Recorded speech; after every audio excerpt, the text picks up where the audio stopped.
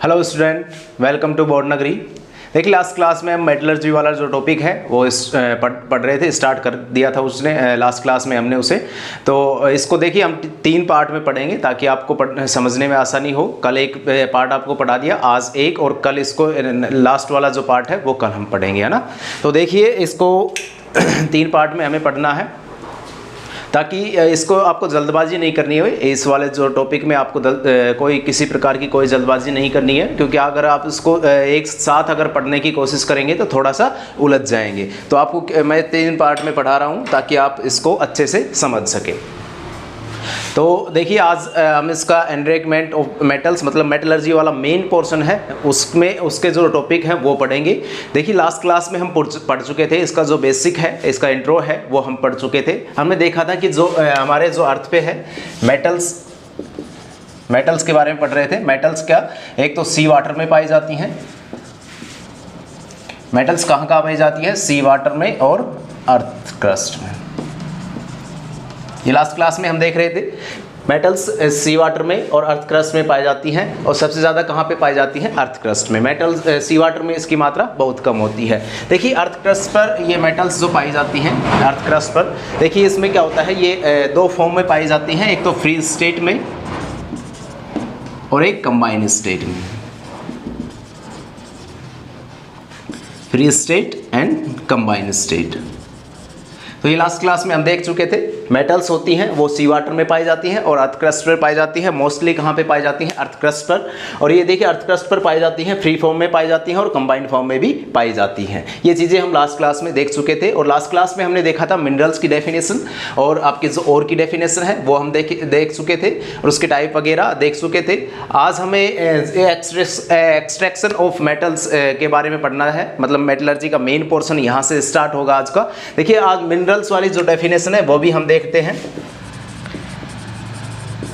Minerals वाली definition में हमने देखा था कि अर्थ क्रस्ट पर जो भी नेचुरली रूप से आपको जो पाया जा रहा है उसे क्या कहेंगे? नेचुरली रूप से जो भी एलिमेंट्स या कंपाउंड पाए जाते हैं उसे क्या कहते हैं? हम मिनरल्स कहते हैं, ना। देखिए और की हमने डेफिनेशन देखी थी। और की डेफिनेशन में क्या देखा था? जो भी मिनरल्स आपको पाया जा रहा है उसको आप मतलब उसका परसेंटेज, उसमें मेटल के जो भी और आपको पाया जा रहा है, सॉरी मिनरल्स जो आपको पाया जा रहा है उसमें क्या होना चाहिए? मेटल्स की मात्रा थोड़ी ज़्यादा होनी चाहिए, उसका परसेंटेज हाई होना चाहिए, और उसको सेपरेट जब हम कर रहे हैं तो उसमें आपका खर्चा कम से कम आना चाहिए। तो उससे क्या कहते हैं? हम और कहते हैं। और लास्ट में आपको एक नोट लिखवाया था, बहुत ही इंपॉर्टेंट नोट था वो। देखिए उसमें क्या था? ऑल ओर्स आर minerals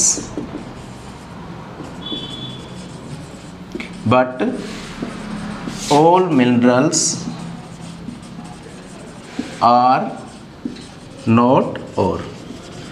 तो ये लास्ट में आपको एक नोट लिखवा के गया था मैं। तो ये आपके लिए आप ये दोनों डेफिनेशन आप जब पढ़ेंगे तो आपको ये समझने में कोई आसानी नहीं होगी, क्योंकि आपको ये करेक्ट इनकरेक्ट में वैसे पूछ सकता है अगर आपको पूछना चाहे तो। All ores are minerals but all minerals are not ore। तो ये लास्ट क्लास में हम देख चुके थे किस हिसाब से ये और ये मिनरल्स होंगे, क्योंकि जो all ores हैं मतलब सभी जो ores हैं वो तो मिनरल्स होंगे ही, और जो सभी और हैं वो क्या होंगे? मिनरल्स तो होंगे ही, बट जो मिनरल्स हैं वो सभी और हों ऐसा कोई ज़रूरी नहीं है। और कौन से होंगे? जो आप उसमें मेटल्स की परसेंटेज हाई होनी चाहिए, और उसमें क्या होना चाहिए? उसमें आपको सेपरेट करने में कम से कम खर्चा आना चाहिए। तो ये चीज़ें हम लास्ट क्लास में देख चुके थे। अब हम आपका जो नेक्स्ट पोर्शन है वो स्टार्ट करेंगे। एनरिचमेंट ऑफ आपका जो वो आपका और है, मतलब मेटलर्जी वाला मेन पोर्शन है, उसके बारे में देखेंगे। तो यहाँ तक आप लास्ट क्लास में हम पढ़ चुके थे।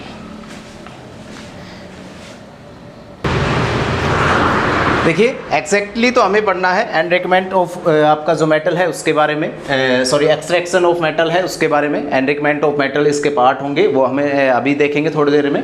तो अभी देखिए इसकी डेफिनेशन देख लेते हैं। मतलब मेटलर्जी है, आपको मेटलर्जी का मेन पोर्शन यहाँ से स्टार्ट होता है। Extraction of metals, the extraction of the metals from its ore and refining of the metal is called metallurgy. देखिए इसमें हमें क्या करना पड़ेगा? आपका जो ओर है उसमें से क्या करना पड़ेगा? मेटल को एक्सट्रैक्ट करना पड़ेगा और उसको रिफाइनिंग करना पड़ेगा। तो इससे क्या कहते हैं? हम मेटलर्जी कहते हैं, है ना। तो मेटलर्जी यहाँ से मेनली आपकी मेटलर्जी यहाँ से स्टार्ट होती है। लास्ट क्लास उसका इंट्रो था। तो यहाँ से हमें देखिए एक्सट्रैक्शन ऑफ मेटल्स का करना है। एक्सट्रैक्शन ऑफ मेटल्स या हम इसे मेटलर्जी भी कह सकते हैं। द एक्सट्रैक्शन ऑफ मेटल्स क्या होता है? The extraction of the metals from its ore and refining of the metal is called metallurgy. तो आपको उसको क्या करना है, ओर है जो आपका जो मेटल का ओर है उसे क्या करना है, एक्सट्रैक्ट करना है उसमें से, मतलब ओर में से मेटल को एक्सट्रैक्ट करना है और उसको रिफाइनिंग करना है बाद में। तो इसके 3 स्टेप होंगे। वो तीनों स्टेप कौन कौन से होंगे वो अभी देखेंगे हम। तो आप पहले इसकी जो डेफिनेशन है इसको आप नोट कीजिएगा।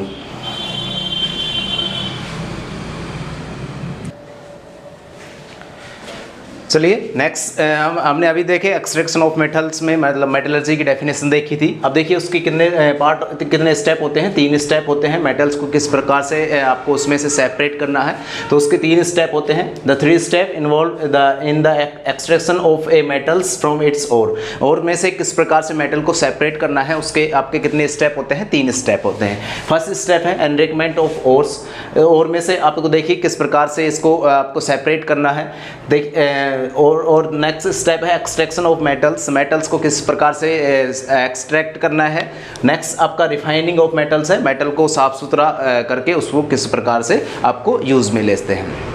ये 3 स्टेप आपको करने हैं। तीनों आपका जो फर्स्ट वाला स्टेप है आपके में इतना खास नहीं है, लेकिन हम थोड़ा सा इसके बारे में पढ़ेंगे। सेकंड जो स्टेप है एक्सट्रैक्शन ऑफ मेटल्स, ये आपके दिया हुआ है, और रिफाइनिंग ऑफ मेटल्स ये भी आपके दिया हुआ है। तो आपके चैप्टर में तीनों रखे हैं, लेकिन आपको सबसे ज़्यादा इंपॉर्टेंट कौन सा पार्ट है और ये समझने में मतलब आपको इम्पोर्टेंट इसलिए है क्योंकि आपको थोड़ा सा समझने में आपको थोड़ा सा दिमाग लगाना पड़ेगा ना। तो आप मेरे साथ जुड़े रहिएगा तो आपको इतना परेशानी नहीं होगी, क्योंकि आपको अच्छी तरीके से हम समझाने की कोशिश करेंगे। नेक्स्ट है रिफाइनिंग ऑफ मेटल्स। ये भी आपका लास्ट वाला जो है, इसमें से मेटल को किस प्रकार से रिफाइनिंग करना है वो ये लास्ट वाला स्टेप है। तो आपको आज हम पढ़ाएंगे केवल ये एंड्रिक और इसके बारे में थोड़ा सा एक्सट्रैक्शन ऑफ मेटल्स, इसके बारे में डिटेल से आपको नेक्स्ट वीडियो में पढ़ाएंगे, और नेक्स्ट वीडियो में आपको रिफाइनिंग ऑफ मेटल्स के बारे में भी बताएंगे। तो इसको आप नोट करना है। इसके 3 जो आपको स्टेप हैं उनको आपको नोट करना है, फिर हम एक एक करके इसको देखेंगे।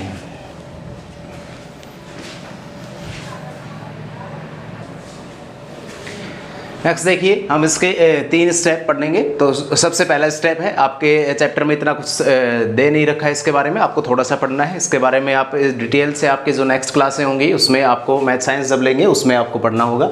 एनरिचमेंट ऑफ ओर, देखिए इसमें क्या होगा, ore mined from the earth are contain with a large amount of impurities. क्या होगा उसमें, आपने जो भी ओर है उसमें माइंड मतलब आपने जहाँ से भी ओर को निकाला है उसमें क्या होगा, लार्ज अमाउंट में क्या होगी, इम्प्योरिटीज होंगी। वो कौन कौन सी हो सकती हैं? सॉइल हो सकती है, सैंड हो सकती है, और भी कुछ भी इम्प्योरिटीज हो सकती है। तो उसे क्या कहेंगे हम? गैंग कहेंगे। देखिए इसमें क्या है, आपको सही तरीके से मतलब सिंपल भाषा में समझना है। तो इसमें क्या दे रखा है, ये पूरी आपको 3 लाइन की जो डेफिनेशन है उसमें आपको केवल ये दे रखा है, और होगा, और उसके साथ अगर इम्प्योरिटीज़ होंगी, इम्प्योरिटी है तो उसे हम क्या कहेंगे? गैंग कहेंगे, है ना। इसमें केवल आपको इतना कुछ 3 लाइनों में केवल ये आपको समझना है कि इसमें क्या कहना चाह रहा है। और के साथ अगर इम्प्योरिटी है तो उसे क्या कहेंगे? गैंग कहेंगे, है ना। और इसको देखिए इसके कई स्टेप होते हैं आपके एनरिचमेंट ऑफ ओर के। आप इसको ग्रेविटी के मतलब किस प्रकार से सेपरेट कर रहे हैं मेटल्स को, उसके बारे में आपको पढ़ना है इसमें। तो मतलब जैसे इसमें सॉइल और सैंड में से आपको किस प्रकार से इम्प्योरिटीज़ होती हैं, उन इम्प्योरिटीज़ को किस प्रकार से हटाते हैं, उसके लिए कई स्टेप होते हैं। आप जैसे इसमें आप कई स्टेप होते हैं। आप नेक्स्ट क्लास जो आपकी हायर क्लासेज हैं उसमें पढ़ेंगे। जैसे ग्रेविटी के द्वारा सेपरेशन, मतलब जो भारी होगा वो अपने आप आ जाएगा और मतलब नीचे आ जाएगा, और कम भारी है वो ऊपर रह जाएगा। तो उस हिसाब से ग्रेविटी सेपरेशन, इलेक्ट्रोमैग्नेटिक सेपरेशन कह सकते हैं। इलेक्ट्रोमैग्नेटिक के द्वारा इसको सेपरेट किया जाता है मेटल्स को इनमें से, और इम्प्योरिटीज़ उसके अलग हो जाती हैं, और आपको ये जो और है वो प्राप्त होता है। और उसका आगे आप उसको और आपका जो नेक्स्ट स्टेप है वो आप उसमें करेंगे एक्सट्रैक्शन ऑफ मेटल, और फिर बाद में रिफाइनिंग ऑफ मेटल्स करेंगे।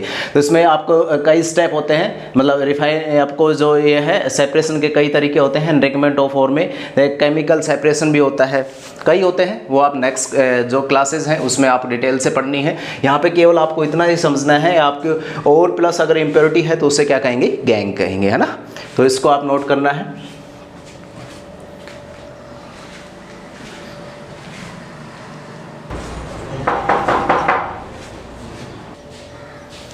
देखिए हम जो आपका 3 स्टेप होते हैं उसमें से आपका एक स्टेप हम पढ़ चुके थे। एंड्रिकमेंट ऑफ और में देखिए हम देख रहे थे, उसमें क्या देखा था, गैंग किस वे और इम्प्योरिटीज से मिलकर गैंग का निर्माण होता है। तो उसमें आपको सेपरेट करना है और में से इम्प्योरिटीज। आप देखिए इसमें extraction of metals next step है। इसमें आपको क्या करना है, एक्सट्रैक्टिंग मेटल्स फ्रॉम और is called extraction of metals. मतलब आपको क्या करना है, मेटल्स में से किसको, और को सेपरेट करना, मतलब और में से क्या करना है, आपको मेटल्स को सेपरेट करना है, तो उसे क्या कहेंगे, एक्सट्रैक्शन ऑफ मेटल्स कहेंगे। मतलब आपने मेटल को क्या कर लिया, उसमें से और में से सेपरेट कर लिया।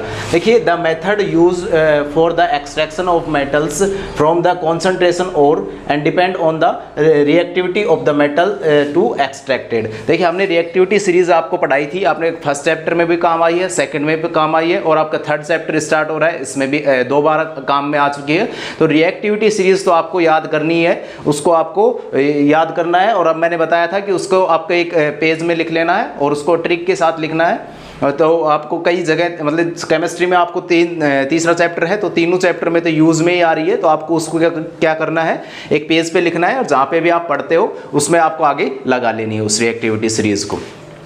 तो रिएक्टिविटी सीरीज में कहना क्या चाह रहा है कि जैसे जैसे आप रिएक्टिविटी सीरीज में नीचे जाएंगे तो उसमें क्या होगा, उसकी रिएक्टिविटी के हिसाब से आपको उसको सेपरेट करना है। जो मेटल्स होती हैं उसको आपको क्या करना है, रिएक्टिविटी के हिसाब से उसको सेपरेट करना है। उसके लिए आपको 3 स्टेप दिए हुए हैं, वो हम अभी इसके बाद में देखेंगे। पहले आपको देखिए इसमें एक्सट्रैक्शन ऑफ मेटल्स फ्रॉम और में से क्या एक्सट्रैक्शन, मतलब मेटल को आपको सेपरेट करना है, वो ये वाला सेकेंड वाला जो स्टेप है। इसमें फर्स्ट वाले में हमने क्या देखा था, उसमें आपको जो गैंग है उसमें क्या होती है, और प्लस इंप्योरिटीज होती है, उसमें से आपको क्या करना है, अब इस वाले में आपको जो इंप्योरिटीज है उसको सेपरेट करना है, और में से सॉरी और है उसमें फर्स्ट वाले स्टेप में आपने क्या किया, इंप्योरिटीज को हटा दिया।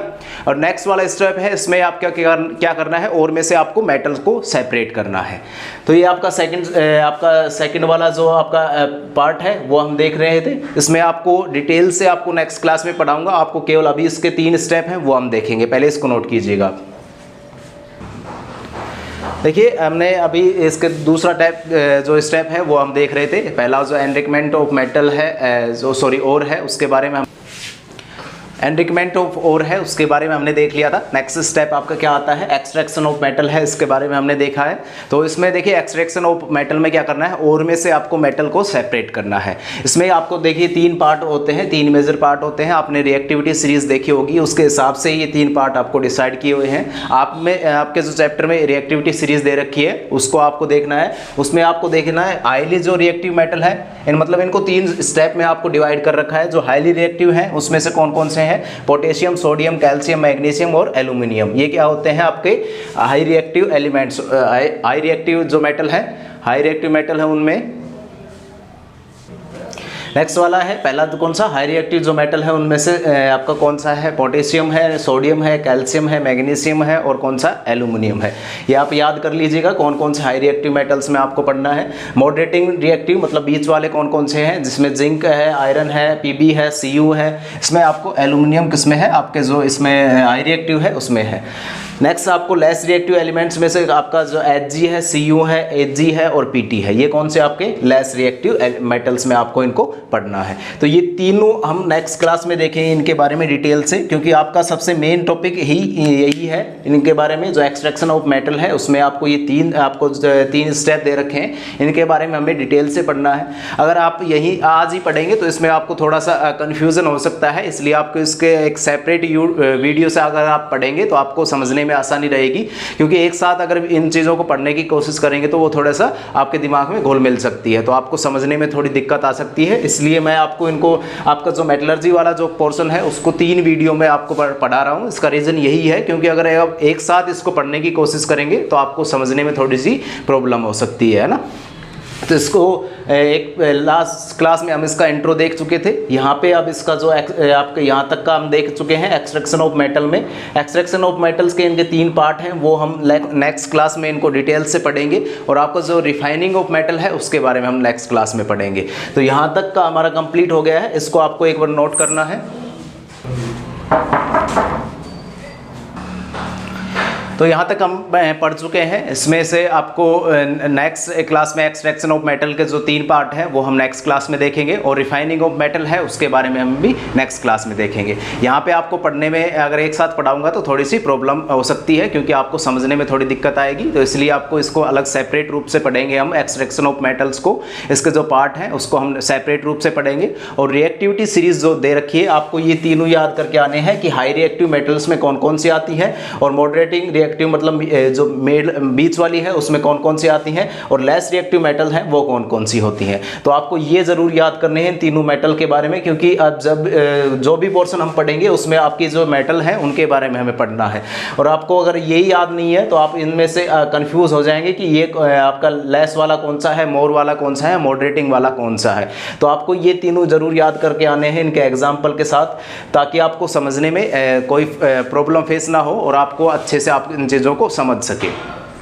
तो यहाँ तक इस वीडियो को लाइक कीजिएगा। देखिए यहाँ तक अगर आप पहुँचे हैं तो वीडियो को लाइक ज़रूर कीजिएगा। अगर आपकी कोई क्यूरी है तो आप कमेंट बॉक्स में आप पूछ सकते हैं, और चैनल को सब्सक्राइब ज़रूर करके जाइएगा, और नोट्स मेरे साथ साथ बनाते रहिएगा। आपका थर्ड वाला जो चैप्टर है उसमें आपको केवल शायद दो वीडियो ही मुश्किल से बनेंगे, और आपका जो एक्टिविटी वाला जो पोर्शन है वो हम और देखेंगे। उसमें लगभग आपकी 2 वीडियो में आपकी जो पूरी एक्टिविटी करवा देंगे।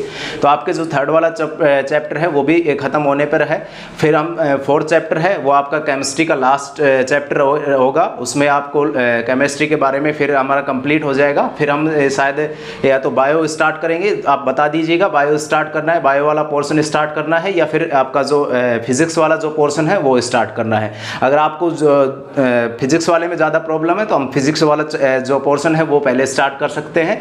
और अगर आपको ये मतलब आपको फ्लो से ही चलना है, जो चैप्टर दे रखे हैं उसके साथ हिसाब से चलना है, तो आपको मैं जो नेक्स्ट है बायो वाला पोर्शन है वो हम स्टार्ट करेंगे। तो अगर आपका कोई सजेशन है तो आप ज़रूर बताइएगा कि पहले फिजिक्स आपको पढ़ना है या पहले बायो आपको पढ़ना है। तो कमेंट बॉक्स में आप इन चीज़ों के बारे में बता सकते हैं, और वीडियो को लाइक ज़रूर करके जाइएगा। चैनल को अपने दोस्तों के पास शेयर कीजिएगा, अपने रिश्तेदारों के पास शेयर कीजिएगा, और इस चैनल को सब्सक्राइब ज़रूर करवाइएगा। ठीक है guys, thank you so much.